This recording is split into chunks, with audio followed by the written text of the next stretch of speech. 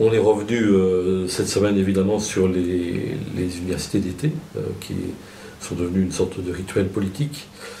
et en particulier celle du Parti socialiste, avec au centre du débat cette question des primaires. On a noté que Martine Aubry, de certaine façon, a déjoué le piège en reprenant à son compte la proposition, mais de façon si floue que ça ne l'engage pas beaucoup. Quant à nous, cette affaire de primaire nous semble extrêmement dangereuse, d'une part parce que c'est une façon de dissoudre, disons, les mouvements politiques et la tradition démocratique des partis politiques. D'autre part, c'est surtout une façon d'intégrer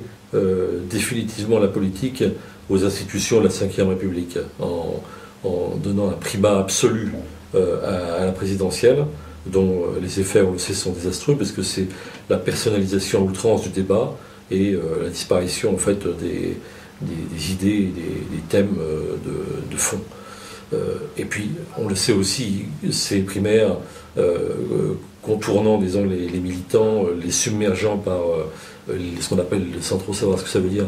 les sympathisants, nécessairement, ça produit un glissement à droite. Et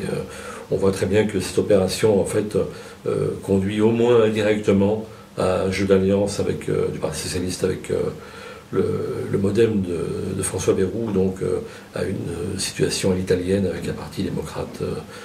progressiste, comme on dit, mais qui ne serait plus de gauche. Du coup, nos espoirs se reportent beaucoup, évidemment, sur la gauche de la gauche. On a également été dans les universités d'été de tous les mouvements de la gauche, compris d'ailleurs les Verts. Bon, on ne sait pas très bien s'il faut les classer là ou ailleurs, parce qu'ils sont assez déchirés entre le cohn-bendisme, disons, qui, lui, répondrait assez facilement aux sirènes du centre, et puis, je crois, la majorité des militants qui sont authentiquement de gauche. En tout cas, je crois qu'il faut plaider pour un rassemblement, pour un pacte, pour une coalition, comme l'a dit Mélenchon, je ne sais pas comment l'appeler. Sans doute le Front de gauche est-il, à l'heure actuelle, d'ailleurs, le meilleur instrument pour que chacun se retrouve, le NPA compris, à condition toutefois c'est que le Parti communiste, le Parti de gauche, et disons ceux qui ont fondé le Front de gauche, accueillent leurs nouveaux partenaires dans le respect de leurs identités. Ça me semble évidemment que de l'autre côté, ce soit un engagement ferme, stratégique, en particulier du côté du Parti communiste d'ailleurs, et à long terme dans le front de gauche, et non pas des virevoltes d'alliances, disons, qui de temps en temps répondraient